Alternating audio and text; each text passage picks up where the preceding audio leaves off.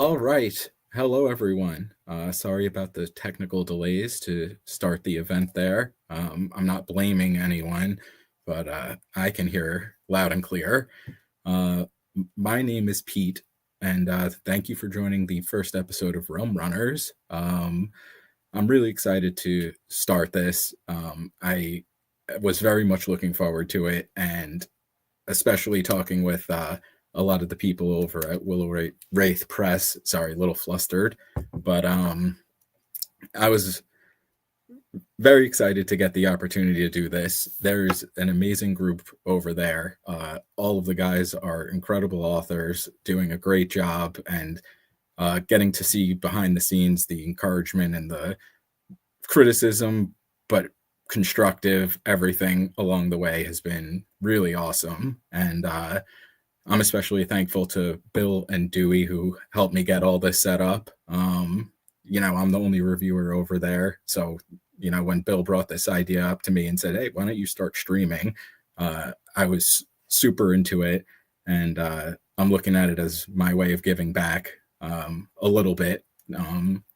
So I'm happy to do it, and I'm especially grateful to all the people on Twitter and Instagram and Blue Sky. I have to cover all my bases now because it's X, not Twitter, but who showed interest in doing this. So I was very happy to finally get it up and running. I also want to give a shout out to my wife, Laura, who is upstairs watching our daughter on the little night cam right now to give me the opportunity to do this. I know she's watching, so Laura, can you stomp and scream as loud as you can so I know that you're watching? All right, that was a test. We didn't want to wake the baby, so that was good.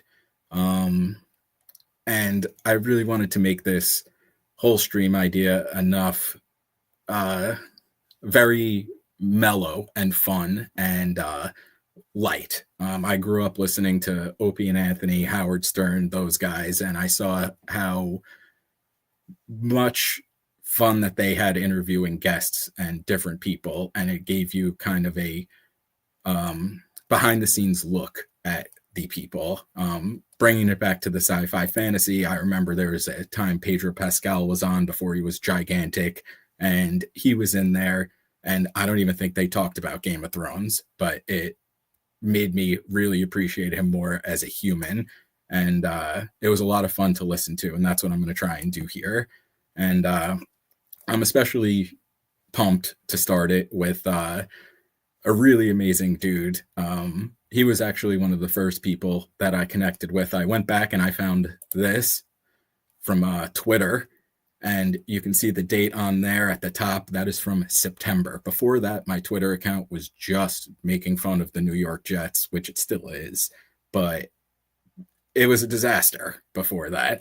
And, this cover and the description and the authors he not compared himself to, but mentioned really drew me in. And ever since I saw this post back in September, I was stoked. And getting to know him has been kind of horrible, but as an author, he's fucking awesome. So I just wanted to get that point across. And now welcome to the stage, Mr. ZB Steele. Hello, everyone. Apologies on being late. I was having some microphone difficulties. It is not Pete's fault. I blame him for everything else that goes wrong in my life, but that was not on him. Yeah, well, we had to ease into it. It wouldn't have been the start of a live stream without some technical difficulties. So yeah. Plus, if it fails, now you can be like, well, if CB had been on time. Exactly. I appreciate you joining the room at 8:59. It was 8:57. Which, was a few minutes after you requested, but still. It still worked out fine. All's well that ends good for the most part. But so how's everything going? The day been going good for you? It's been an up and down day. I had some people get mad at me for a review that I posted, but then I did some yard work and got some fast food that's killing me, and yeah. So it's been, we're ending on a high. But now I'm here, so we're really ending on a low, but that's all right. I was going to say you're petering down, but I know. I feel like I've been sitting on dad jokes for the last 15 years, and only recently it kind of makes me feel better that I actually have a child to exploit for my sense of humor. Yeah, that's the whole point, really. Yeah, that's kind of what I figured. But so yeah, like I said, I wanted to keep it light. So my first question is for you: what is your deepest, darkest secret? Oh, Pete, we went over that many moons ago. I need like 16 more drinks and everyone in the chat to be way cooler than they are right now. Because as it is, no Yeah. shot. No, this is Realm Runners After Dark. We're gonna have to start at some point. If you got the singles, I will start tripping. The only other thing that I wanted to start with, and you were in at the ground level of this idea, and one of the things that actually my brother Russ, who's somewhere lurking in this chat, came up with was when we were talking about Beyond Redemption by the fabulous Michael Fletcher, was Would You Survive? And right off the bat, in Whispers of the Storm, which is fantastic, No. would you survive? I think it depends on which book we're in, not to get spoilery, but yeah, the first one, I think I would. I think I'd just be like some drudgering soldier up to nothing and digging latrines, but yeah, I'd make it. I don't think I'd make it. Like, I think I'd be one of those useless soldiers too, but then, one of the guys showing off his new bows across the way just like loses it, and I'm just torqued. I'm just done. I just know I have that type of luck where I'm just cooked in every book, I feel like. Yeah, I feel like you wouldn't survive. I would make it though. The only book I could really see you surviving is like, I don't know, like Legends and Lattes or something. And even that, I'm sure I would just get scalded dropping coffee or something. Yeah. One of those healing journeys Yeah, mix afterwards. up cyanide and cinnamon because they sound similar. I wanted to also kind of do the jump off here. I know that you had a couple releases before this. I read all of them back to back to back for a few days more. Inkling of Flame, and then Whispers of the Storm. And I can honestly say each one of them, you are growing exponentially. Yeah. I think they're fantastic. I love them. Thank you. Yeah, it's great. And I think one of especially the more unique aspects of Whispers was the idea of shattering. Yeah. With the elemental magic. How did you come up with that? Because that elemental magic's been around for a while in a lot of different forms. So to take it and make it something unique like that, how'd that pop in your head? People are gonna roast me in the comments for this, but it's partly Naruto inspired, which you being the anime fan that you are, where so growing up I watched that show a lot, and it was really cool because they had this like magical resource called chakra. And before, because like anime kind of like it gets like it just keeps growing. Before everything started popping off, it was like, oh, this guy can use a fireball twice a day. So he has to do XYZ and kind of set up the battlefield to really use his move. And I always liked that. I just kind of wish it meant something more too. So I kind of took that concept and just was like, well, what if like that was all you had, like for life? And it's not coming back. So use it wise. Yeah, that's a very awesome idea of doing that. How everything is finite, or is it finite? Yeah. Finite, I think it's finite. Which Yeah, that we'll does go touch on like Brandon Sanderson's rules of magic, which like I don't think he's the messiah or anything like some people do, but he made a good point where it's like magic systems, especially hard magic systems, are cooler for what they can't do. If they're the answer for everything, then they're no longer cool. But if it's like there's constraints and you have to be clever with it, then it's way cooler. Yes, I 100% agree with that. It makes it much more trying to think of even the right word. It's that much more intense when you have to go into that bag of tricks and break it out, because you can't just have it as a, that's not your plan B for every scenario you come across. Yeah. So I think, yeah, that's a very interesting way of coming up with it. I think it's awesome. And one of the other aspects of Whispers, which, you kind of see in Inkling and even for a few days more, the supporting cast in all of them, amazing. It's almost like the supporting characters are just as important and fully fleshed out as the main one. Yeah. Do you not work just as hard, but like put as much time into the different characteristics. Though, the way that Joe Abercrombie, Anthony Ryan, all their secondary characters, you can have a spin-off story about any of them and be So just as fun. yes and no. I'll typically start off with a character with a name and like 2 or 3 traits, and then a backstory, like just a quick kind of D&D-esque backstory. If you had to come up with someone on the fly, and then I'll workshop it in my head and be like, does this make sense in the world? How does his role impact this? How does his history impact this? And then from there, I just kind of let them talk. I'm really more of a conduit with dialogue and side characters. I don't try to force them to do anything. They kind of take the reins and go where they will. That's why you see some of them die somewhat prematurely or before their arc is really complete. Is just because, like, well, they fucked up. I don't know. Couldn't done that. Yes, the classic fucking up, which is why I would go out early on every one of these. I wanted to give another shout out actually to the subreddit that you already did an AMA in, but Grimdark Epic Fantasy on Reddit, which has really popped off recently. It's been awesome. And I saw this question in the AMA that was just there with Glenn Cook, I think. Do you ever come up with a character or idea for one that doesn't fit in that story and pivot and kind of include him or her into one of the other ones? I don't think I've had that happen yet. So Whispers and Song of the Damned is obviously like a pretty plotted out series because it's backwards narrative, frame narrative. So the major beats are there, but there's a lot of room in between the beats where it's like, 40 things have to happen, but in between those 40 things, I have a lot of freedom. So if I do have a sick character come to mind, I can usually work them in. But I don't think I've had anything happen where like I've had to change plans or anything to work in a new character. All right, makes sense. And you say sick as characters. I'm giving it up. I'm gonna pop up the book here. One of the sickest characters I've come across, Red Cloak. Yeah. What my the fuck? Baby boy.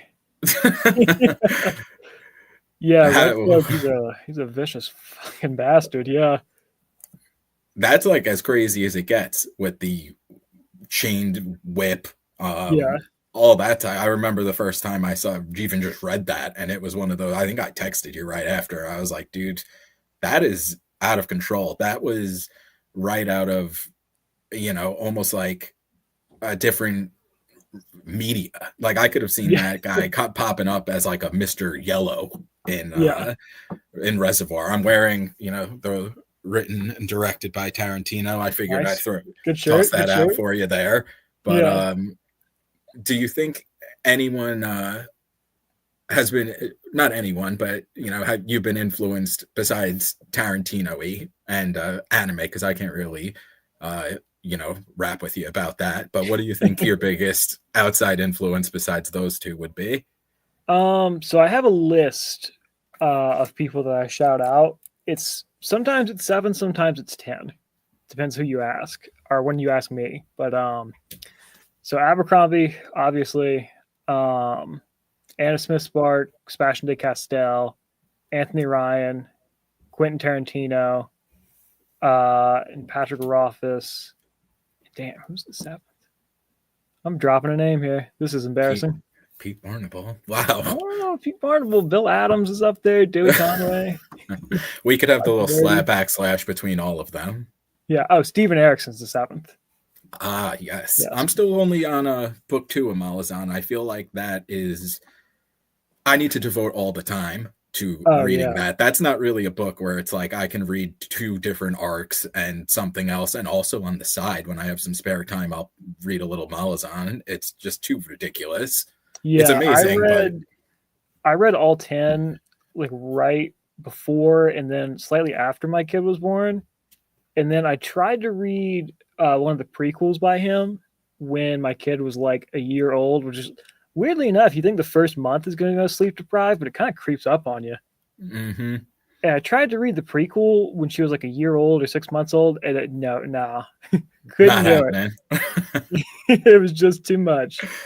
It is too much. I feel like I took a picture with my daughter when she was like 6 months old with a Mark Lawrence book because Yeah, I brought him to Hawaii on our honeymoon, and then when she was 6 days old, took a picture of that, and I was like, oh, look, like Mark, look, this is full circle, and he was all polite and like, oh, that's lovely. And yeah. that Mark was Lawrence pretty is the much, man. He wished me a happy birthday one time. I've been buzzing about that for 2 years.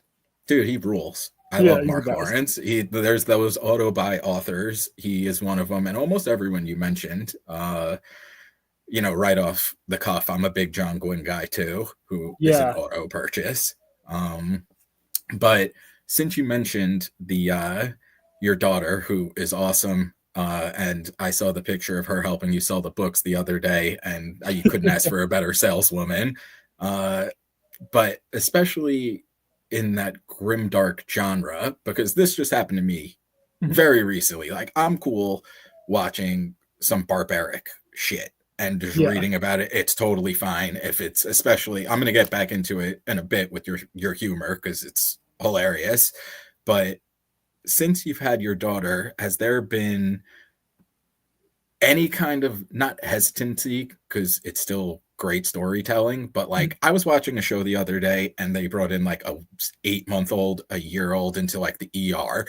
She's screaming, crying, and I'm in my head just like, I just watched gunshot victims and whatever, patch them up, get them out of there. And this kid is just screaming, and I'm like, if this kid dies, I'm never watching this show again. yeah, And luckily it turned out it was just like a wet hair wrapped around the toe making her cry, so I was like, oh great, like yeah. clean your drain was really all I learned from that. But do you kind of not second guess, but ease into it a little bit more regarding kids getting hurt or anything like that? No, not really. I mean, as an author, the only scene that I really struggled to write was a kid death, not in For a Few Days More, not that scene. Mm. Um, Oh, so that was easy to you. it wasn't easy, but it was like I was in like a fugue state, or a fugue state, or however that word is pronounced. It's spelled horribly, It's but terrible.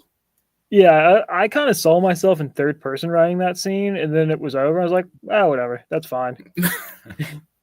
But no, there's a scene in the unreleased book. I don't know when or if it'll ever come out. The first draft is done, so it'll probably come out eventually. But yeah, I wrote like a kid death scene, and like there were flashbacks to the kid growing up. And I was kind of seeing my own kid while and that didn't sit right with me.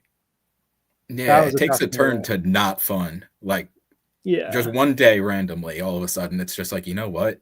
Ew. But, you kind of got to do it. yeah. No, I'm a big believer in not pulling punches in fiction because it's just why would you? Yes, which I appreciate because I talk all this game. And then as soon as I read it, I'm like, oh, that was great. That was really good. Yeah. Uh, I wanted to also ask about Inkling, which I'm popping up here. Why is there no fox in the book? It's Well, you such a read beautiful so cover. Your sister-in-law did such an amazing job on the cover, but it's all cute and adorable, and so all takes a right. So I get turn. that complaint a lot, and my issue with it is, and people who've read it typically agree with me, where I asked for kind of an ominous cover, which it is. If you know the story, that cover is rather dark. And when Mm. I see it, I don't see the cute thing that y'all are talking about. I see like a dead-eyed fox that's kind of insidious in nature. So my sister-in-law crushed it. Anyone who thinks that is cute is wrong, and you guys need to get your eyes checked. I disagree. It's adorable. The book itself, not so much. And when you read it, it really comes full circle with it. Yeah, But yeah, that I mean, this story was great. It kind of goes back to what I was no, saying about the side characters being so great, yeah. because you have the four of them all together, and it kind of reminded me of. I really hope I'm not dating myself because even this was before my time. But have you seen Stand by Me? I've seen like 20 minutes of it. Is that the Stephen King one where they find the dead body and stuff? Yes, it's Yeah. called the short story is called The Body, but you've only seen a little bit of the movie. Yeah, it was on like AMC or something weird. Mm, mm, mm, mm. You said it was old for your standards, and you're like 65. I know, but it's just the gray hair that date me. But we're gonna More than just that, end the brother. stream. Maybe we're gonna have to just keep watching this. But uh, yeah, no, that movie was great, and it's kind of that coming of age story, which Yeah, Inkling definitely was, and it really tied all of that in together. The going off to a war that you don't even necessarily believe in, which you see a lot throughout history, and it's obviously yeah. mega unfortunate. But you did a fantastic job of getting all that across, and the loss of innocence with everything. Yeah. Um, Well, did thank you for you? saying so. I did want to nail the theme of like everyone to hear their own story because like when in this world, if you looked up like a history book, like 50 years, 100 years, they'd be like, Lane, who cares? That was some guy. Who cares? But like Lane's story matters to him, and hopefully it matters to the reader. Yes, and I definitely think it does. That was a perfect prequel to lead into the main story of Whispers. Did you come up with the epilogue of Inkling before or after you wrote Whispers, or did you always know After. that's how you wanted to tie that in? So I kind of had this scene stolen from Red Rising, which I've never read. I think like book 4 or 5, actually, whichever one that is. But my best buddy told me about it and like what happens in it, and I really love the concept, so I wanted to flesh that out in like a full on story, and that was kind of the inspiration for it, as well as just yeah, this is a little weird, but like I really wanted to say thank you to my best friend because I used to be not depressed, but like extremely socially anxious, like in early high school, and he kind of took me under his wing, and so it's kind of like my experience with that, you know. And so Yeah, that's that kind of how Inkling came about, but it came it was written like a month after Whispers was written because I just had the itch to keep writing. that's crazy. That's Yeah. great because I have had like 10 false starts where I write like 600 words, and I'm like, this is fucking impossible. So to Once you just get the like, first one done and can prove yourself that you can do it, like it gets easier, oddly enough. Although yeah, no, there's challenges that come with it too. Like I think most authors will tell you their first 2 or 3 books. There's a lot of imposter syndrome because you spend so much time with the first one and then you edit it and you make it as perfect as you can. And then you start with something new and you're like, wow, this sucks. you know? So there's a lot of imposter syndrome with book 2 and 3, but you just gotta dive in. yeah, no, and that was like what we talked about, where it was almost like that plan to have a child, where it's like if you keep waiting for that perfect moment, you're just never going to have the opportunity. It'll And never it's happen. really Yeah. just like you just got to dive in and get going. If it sucks, it sucks, but you can always look back at it later, get some input from other people and everything like that. But, getting the words out is the most important part, no matter how good or bad they actually are. 100%. You can make bad words better, but you can't make no words better. That's true. There are times when I wish I said no words, but as far as writing goes, yeah, you kind of need them. Um, as far as the Redland crossover, I wanted to see because that was a wild cameo. No, or is that a cameo, or is that just like it's not a crossover because it's the same story? Yeah, I don't know what I would call it. Encounter, I guess. Encounter's a good one. We'll go with that. But Yeah. what's your favorite encounter from another author's work? Because I have one right off the top of my head where it was like, whoa, when it came out. Let me hear what you have in mind because I'm not entirely sure what you mean. I think this is major spoilers for Joe Abercrombie. So, if you haven't been caught up to date, you can log off and I won't take it personally. But the realization that Lamb was Logan, Yeah. when that happened, I was like, because you haven't seen him for 4 books at that. Yeah, the three stand is the end of the third standalone. So almost 3 books. And you're Yeah. just like, oh shit.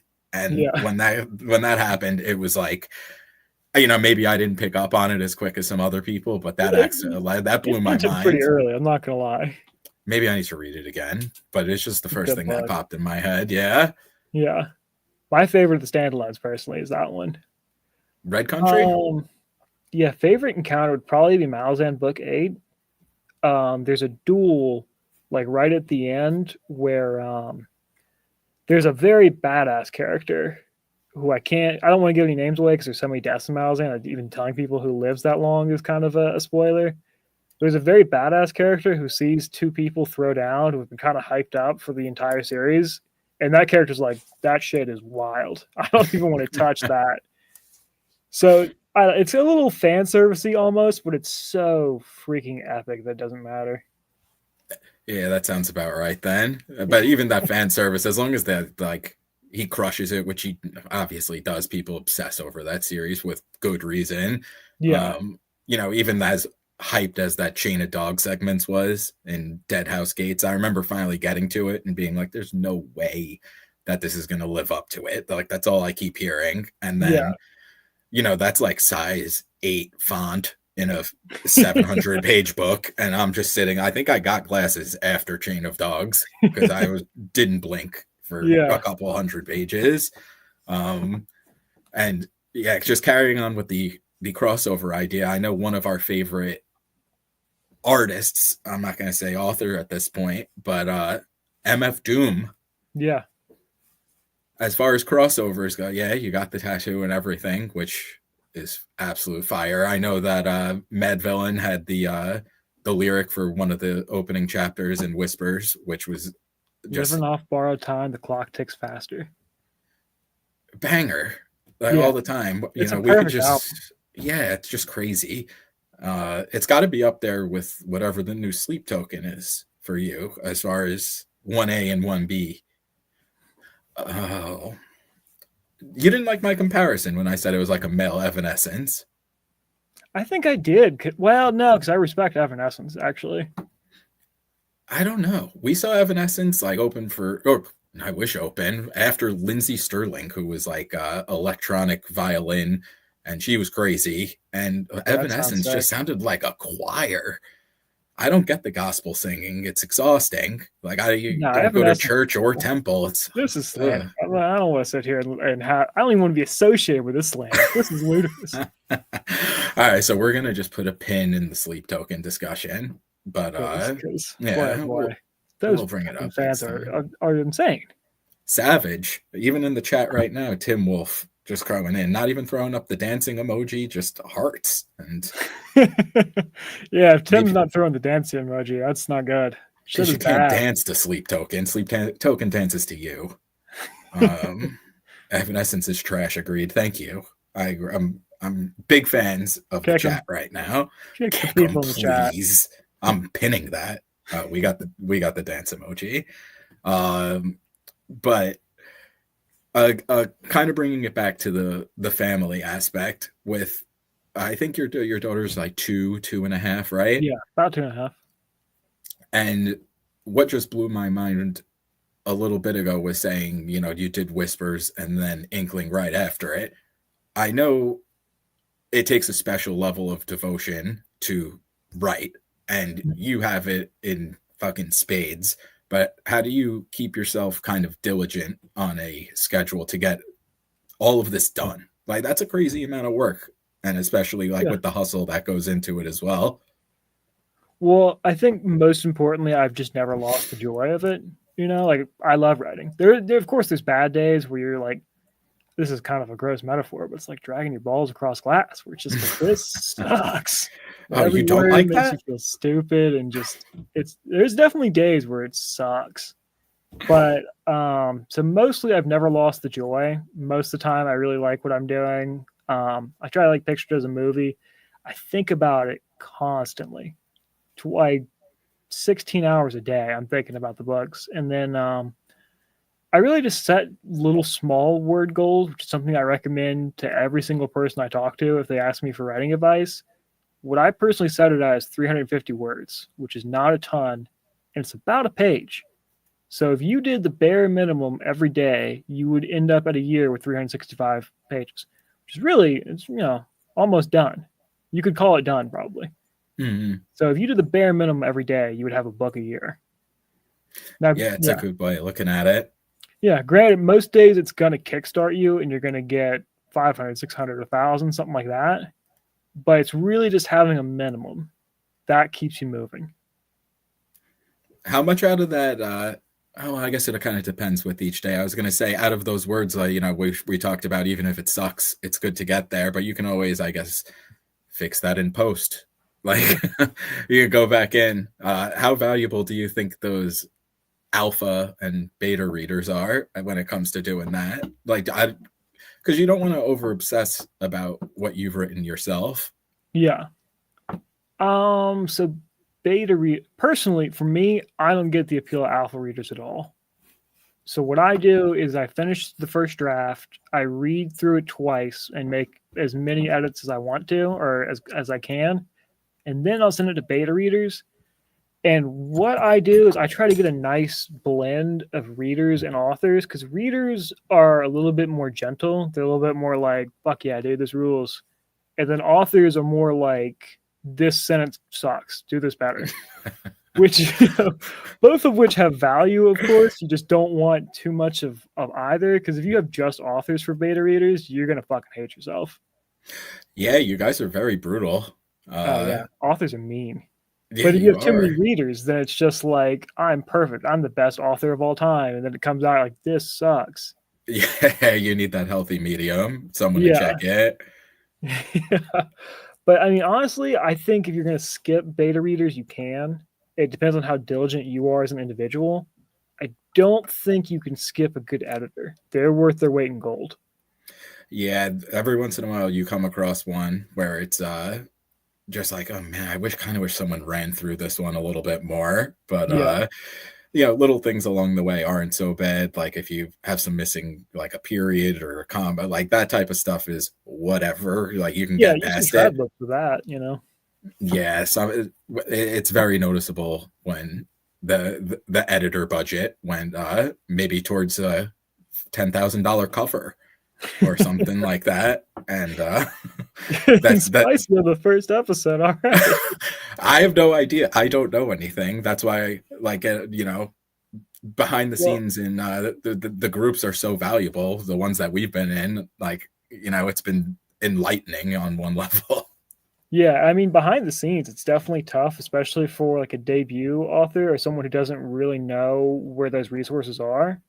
Because if your budget is $2,000, which is kind of high, 800, 1,000, 1,200, that's going to editing. So you really can't afford to miss on that. And there's some shitty editors out there. Yeah, I mean, if someone wants to give me $2,000, I'll be the worst editor that you've ever seen. I just won't Yeah. correct anything. If anyone gives you any money at all, that's on them. Bow Tree Fitty. Yeah, all right. Goddamn Loch Ness monster.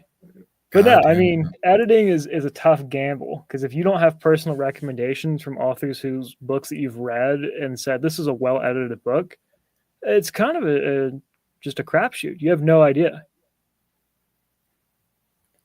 That's true. That's a good point. But it's something that I never would have really considered until you start to see, who shells out for it. And, Yeah. you start to see the same people's names as editors pop up over and over. And it's very noticeable as opposed to, I did it on my own. And it's Yeah. like, that's great. Like, Yeah. Let me give a quick shout out to Bard and Butter. They're just getting started. They did Whispers and Rachel did mine, and I believe she left 5,000 fixes. I think she left 3,200 on the first go around and then 1,800 on the second. So she is fantastic. I highly recommend Bard and Butter. Bard and Butter. It's a great name too, actually. Yeah, great people. Super easy to work with. Hopped on a video call with me like 6 times. Yeah, she's that's awesome. cool. Yeah, that's good that they're so engaged like that. So yeah, definitely glad to give them a shout out, obviously. Yeah. Yeah, one of the final things, I only have a couple more ideas off the top of my head, and then we could just start quoting movies to each other for the next hour and everyone can leave. Let's get to that. I was going to say, since you have done really kind of so well with Whispers, what has been the coolest thing? I know you've got some pull quotes from some authors who are, in that personal stratosphere level, and had the review posted with, Grimdark magazine, all sorts of stuff like that. What do you think is, kind of the coolest thing that's happened recently as far as Whispers goes, because it's getting like crazy well-deserved praise, and I'm like really so happy for you about it. Yeah, thanks, man. I'll say before I jump into what the coolest is, I will emphasize how crazy it is because my first year of being published, For a Few Days More, had 23 ratings and made about $125 after a whole 365 days. So Whispers of the Storm taking off like it has been a dream come true and utterly mind blowing. Like last time I checked, it was at 225 ratings, and Whispers came out. Sorry, I have 225 ratings, not the book. But still, like the 10x multiplier, because Inkling dropped in January, late January, and then Whispers came out on March 25th. So that kind of growth is fucking staggering to me. It is mind blowing and cool as all hell. So thank you to everyone who's picked it up. Thank you to everyone who's read it and rated it and everything. You guys are gems. It really is very cool. Now, fuck all of y'all after saying that, because the coolest thing was getting a quote from Anna Smith Spark, because Anna Smith Spark is a personal inspiration. She is probably the most talented pound for pound author I've ever read. Her prose is magnetic. Her work is dark as hell. She just crushes pages. She is phenomenal. So getting a pull quote from a personal hero like that is very cool. And then I would say Dr. John, Esme, and Patrick have some of my favorite reviews. I love their style. Ariana just dropped a review the other day, and her style is fucking hilarious. I love her. Mm-hmm. So yeah, that's kind of the highlights in a nutshell. And yeah, that's the cool stuff that's happened so far.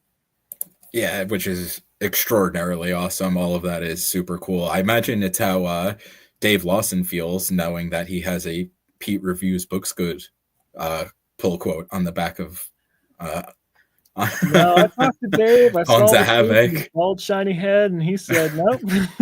His least favorite review. Funny enough. Wow, that's ironic. I heard the exact opposite. Oh, I'm gonna go with my version of the truth. Well, did you hear it from like the face and the back of his head, or? Oh shit! There's a front. Well, yeah, because you got to have the whole 180 degrees. That's why he wears that like purple turban from the first Harry Potter. Dave Quirrell. That's right. Yeah. No. Yep, I would have never gotten that. That was kind of what I was about to ask. It's a good lead in, but Harry Potter, that was kind of, I was about to say when I was young, but you were probably just like in utero when the first Harry Potter came out. Yeah. What? No, that was the perfect age for Harry Potter. I think the first one dropped when I was like 7 or 8 or something. Yeah, like 99, I think. But I was 4 then, so never mind. I think it was 99. I know my grandma was online to get me book 6, and someone bought it and yelled that Snape killed Dumbledore online, and she didn't know what it meant, but everyone else was fucking furious. But she told me that like later on, she's like, someone yelled something and everyone was really angry. I was like, don't say a fucking word. But what books when you were younger got you into this genre? So Harry Potter, I liked the movies a lot as a kid, and then as I got older, I was kind of like, when I got like 12, I was like, Harry Potter's fucking lame, actually. So I'm gonna watch anime. Yeah, fuck off. Anime's hype as shit. I don't know what to tell you. Yeah, there's power systems and shit. It's not. I yelled a word louder than the other kid. So, I never. This is actually kind of funny to say. I never finished the Harry Potter movies.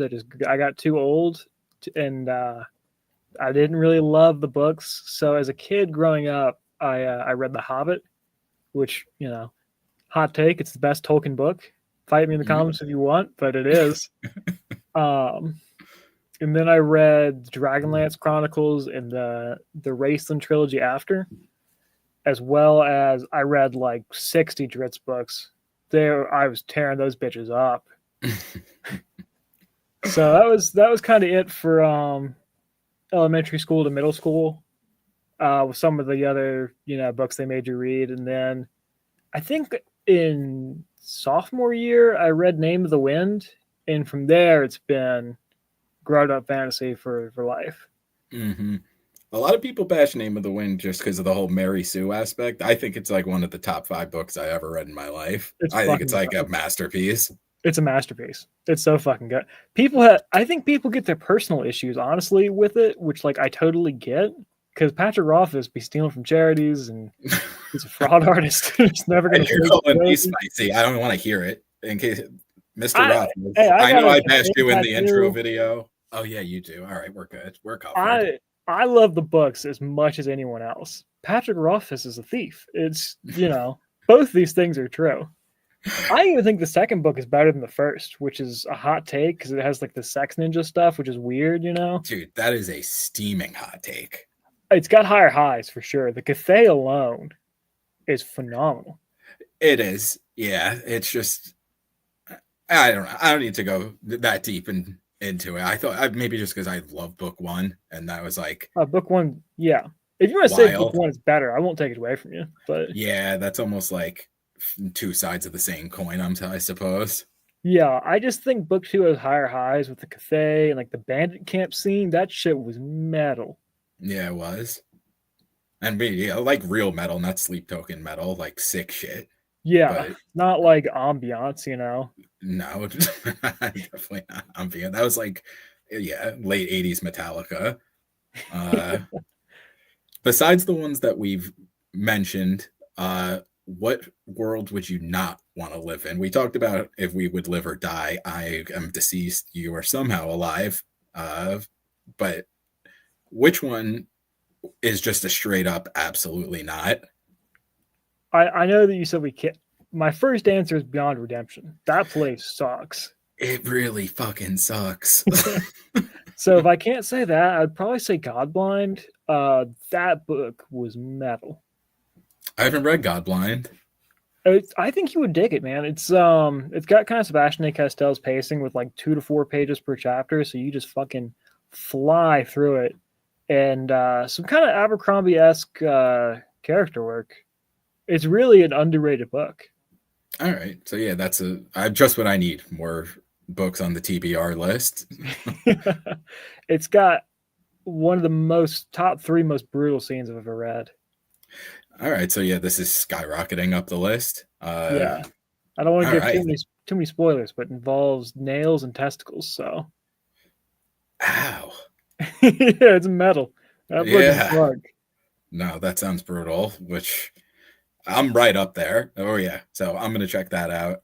Obviously, yeah. No, it sounds awesome. Who doesn't want to hear about balls getting nailed? I didn't say what to get nailed to. I'll leave that for a surprise. That's maybe like a pillow or something. Well, you'll have to read and find out. All right, I'll report back on the next episode. I was gonna, just end off. You already answered it. I was gonna say, what other books, indie, trad, anything like that, that you would recommend off the top of your head? So many. I'll give a quick shout out to what I'm reading right now, which is Hyperion, or how you pronounce that, by Dan Simmons. That shit is magical. That is very good. Insane. Yeah. I'm not super far into it. I'm still with The Priest, which I think is probably the longest tale.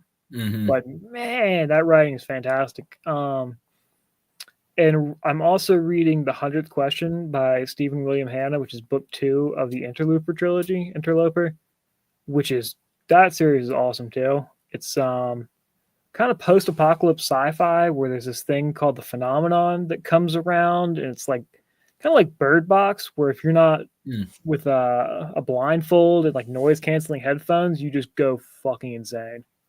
Wow, that sounds pretty sick too. Bird Box was a good movie, pretty underrated actually.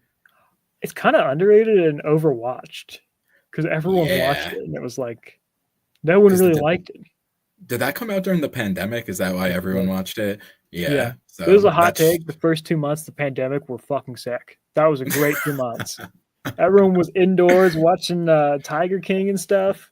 Oh, yeah. Tiger King. Joe Exotic. Yeah. He's still in prison. He thinks Trump's going to get him out like any day. Yeah, any day. He didn't do it the first time, but this time for sure.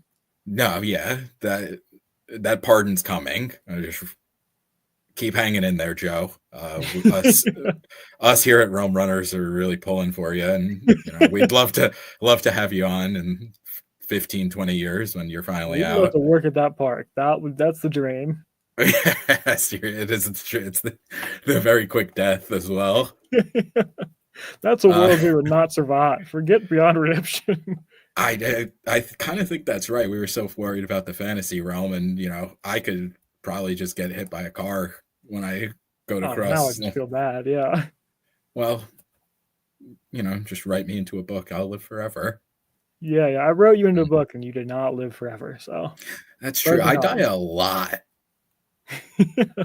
I just won Michael Michelle's little giveaway because he had his re-release and everything, which was awesome. But yeah, he asked if I wanted to live or die, and I really kind of wanted to die. And then he explained, he's like, I think this character may actually move on to book 4 and 5. And I was like, oh, live then. I definitely want to live. I didn't know that was an option. I kind of just thought I had to die. Yeah, in his book, I'm a little bit surprised, which, speaking of Indie Rex, Price of Power was a good book. That was up there for one of the best self-pub books I've ever read. Yeah, great book. Yeah. But, that was this was a lot of fun, man. I had a great time with you. I wanted to see if you wanted to give your social medias a shout out and let people know where they could find you and what you got coming up next. No. If you hang out on my socials, you deserve whatever you get. You are a fool. I know a few people who have my notifications turned on, which is just silly. Don't turn those off. What a foolish mistake. If you're watching this, you can buy this book. It's not backwards on Amazon. It's just backwards on my camera. There's an Anna Smith Spark quote right there that you can't see. And there's Dr. John Morrow quote that you also can't see. It's been getting a lot of good reviews. If you're into grimdark, dark fantasy, frame narratives like Name of the Wind, Abercrombie-esque dialogue, Tarantino-esque stuff, that's the pitch in a nutshell. I liked it. I thought it was a cool book. It's a fucking awesome book. Yeah, I think you should buy it. If you're watching this and you've already bought a copy, you should buy another. That's a good idea. You can never go wrong. Yeah. Are there any questions in the comments? We still got like 5 minutes left? We got as long as you want. After this, we're just going to start quoting shit to each other. Oh, that's after camera stuff. I'm scrolling now. It looks like there less than this has been. How do you feel about Nickelback? It looks like there was quite the discussion going on. Nickelback is not bad. I'm kind of on board with that because I watched that documentary. They had one on like Netflix or Amazon or something, and it was one of those like you think it's going to be a joke. Nickelback bangs. Animals is a good song, and whenever Rockstar comes on, go play Rockstar right now and tell me it's not catchy, because that song was catchy as hell. It's impossible. You just have to dance. It's like in a Chappelle show where John Mayer plays the white people riff, and he just gets up and they all start just grooving. It's like that. Rockstar comes on, you just bounce around. When they go in the barbershop, that was so good. It was happening. John, play the fight song. He goes in there, he starts playing his drum, and they just look at him like, what the fuck was that? That is one of my favorite quotes of all time. I say it all the time. No one ever gets it. They just think I'm mean. But where he's playing it and the barber just stops and looks at me, he goes, "Hey, yo." And they all stop and look at him. He goes, "Shut the fuck up." They're like, "All right, John, let's get out of here." It's one of the best 10 seconds of any TV show of all time. Yeah, the Chappelle Show had an unbelievable run. Yeah, those really first did. 2 seasons are full of bangers. It was insane. It's great stuff. But this is the end of the first show. I guess I have to work on how to close it out as opposed to just pulling the e-brake. What I would do is I would pick someone from the comments, and then we can just like lambast them as we kind of go about. Maybe we can do like a fade effect where our voices slowly, dwindle down to nothing, and I really like just that. ruin somebody's day. I do like that. Who do we like? Not like, because we kind of like everyone for Grimdark author, and This is the wrong way to start. I know, but if we're gonna just be You just buttered messing them with up people. for more, so they come back for episode 2. I'm very excited about who I have for episode 2. I'm gonna share that tomorrow, but Well, you could it's share it right gonna now. Everyone's already here. I'm gonna share it tomorrow. I have a nice graphic made, and we're gonna keep the promotion going. Is the only Fair enough. hint I I'm tried, going to everyone. give. Yeah, I tried. Hey, that was not on me. No, it was a very good attempt actually, but no, this is not my first go around. I'm gonna tease my way to success. This is really my low key plan, is to just become good friends with all of you guys, and we'll You're off to a kind of horrible lead. start. Just with you, the people that matter kind of like me. I don't think so. They talk a lot of shit behind your back.